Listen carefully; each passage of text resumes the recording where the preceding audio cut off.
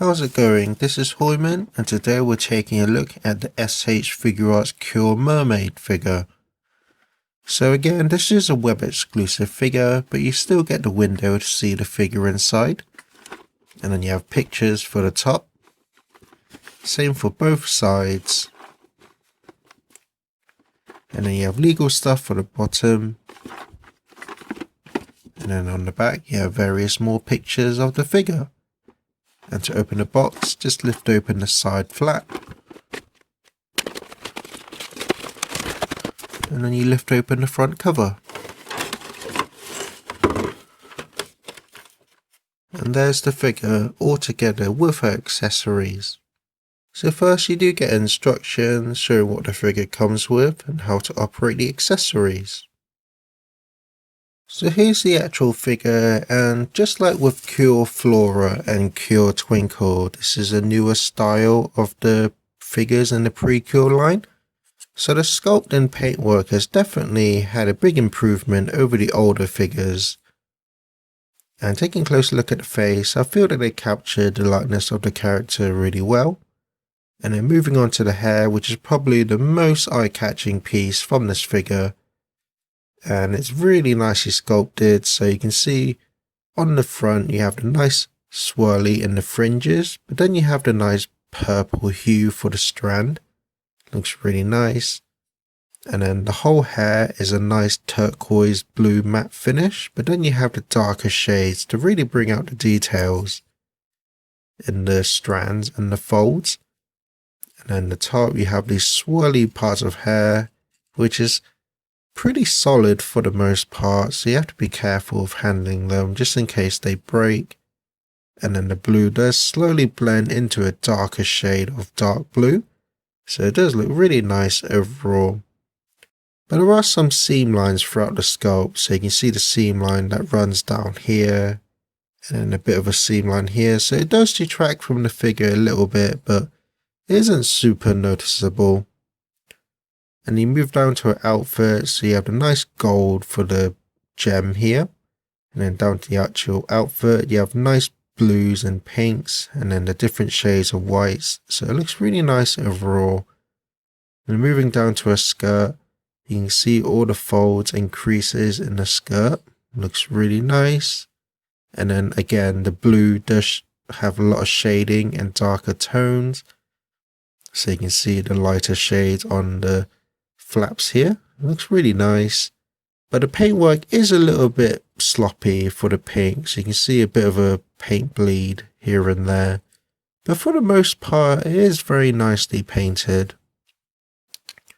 Now moving down to her shoes, nicely sculpted and detailed, and then again the paintwork is very nice and clean for the most part. So before I get to the articulation, I just want to point out that I'm so glad that the actual hair is all hollow inside, because I can imagine this figure just being an absolute nightmare if the hair was a solid piece. Like, it would just make the figure so heavy and not even support her head, and she won't even stand on her own. So I'm really glad that Bandai went with a hollow hair, which they have been doing for quite a few of the Precure figures. So that's a very nice finish. But moving on to the articulation, the neck is on a single ball joint. So she can look down about that much. Look up, not a whole lot due to the hair. She can tilt her head side to side, and then you can also twist. And then the hair itself, there's a hinge here, so you can swivel her hair about however you want. But of course, this does add more weight to one side, so she does have a bit of trouble balancing. And then for the shoulders, the shoulder pad here is actually on a hinge, so that gets out of the way of articulation, but it does make it look a bit awkward from certain angles. But the shoulder itself is on a ball joint, so you can move it about however you like. And just like Cure Twinkle, it has the pull out method as well. So you can just pull it out like so, and that allows for a bit more range of motion. And then of course the ball joint is on a hinge, so you can bring your arm out to the side. You can bring your arm forward as well as back. And this is what I mean by the shoulder pad can look a bit awkward. If you bring her arm all the way forward, it really pushes up the shoulder, so it does look a bit awkward. But she does have the bicep swivel. And then she has single jointed elbows. And then she has the ball jointed wrists as well. And just like I mentioned with Cure Flora, her wrist joints are very thin, so you have to be careful that you don't break them. For the torso, it's on a single ball joint, so she can lean forward, not really a whole lot, lean back very slightly, she can lean side to side, and then she can twist as well. For the waist, it's on a ball joint, so you can move her legs about however you want, you can also twist them. And because the skirt is a solid piece and it's pretty narrow, it does restrict a lot of her leg articulation. But each leg is on a ball joint, so she can kick about that far to the side, kick about that far forward, kick back that much.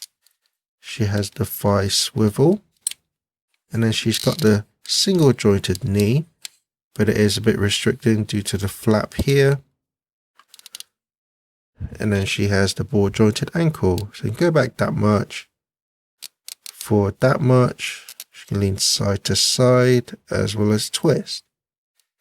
So for the most part, she has all the articulation you'd expect a Figuarts figure to have, and she even has the newer shoulder joints with the pull-out method. But because of her design and some choices in the engineering of her outfit, she is pretty restricted, mostly in the shoulders and the hip area of articulation. But for the most part, you should still be able to get most of the poses you'd want from this figure. But that's the figure. Let's take a look at the accessories. So for faces, she comes with default smiling face, a smiling face looking to her side, a happy smiling face, and a talking face. For hands, she comes with a pair of open palmed hands, and then a rack of various hands. So 2 more open palmed, pair of fists, 2 hands hold her weapons, 2 more different styled of fist, 2 posing styled hands, another 2 posing styled hands, and then 1 more open palmed hand.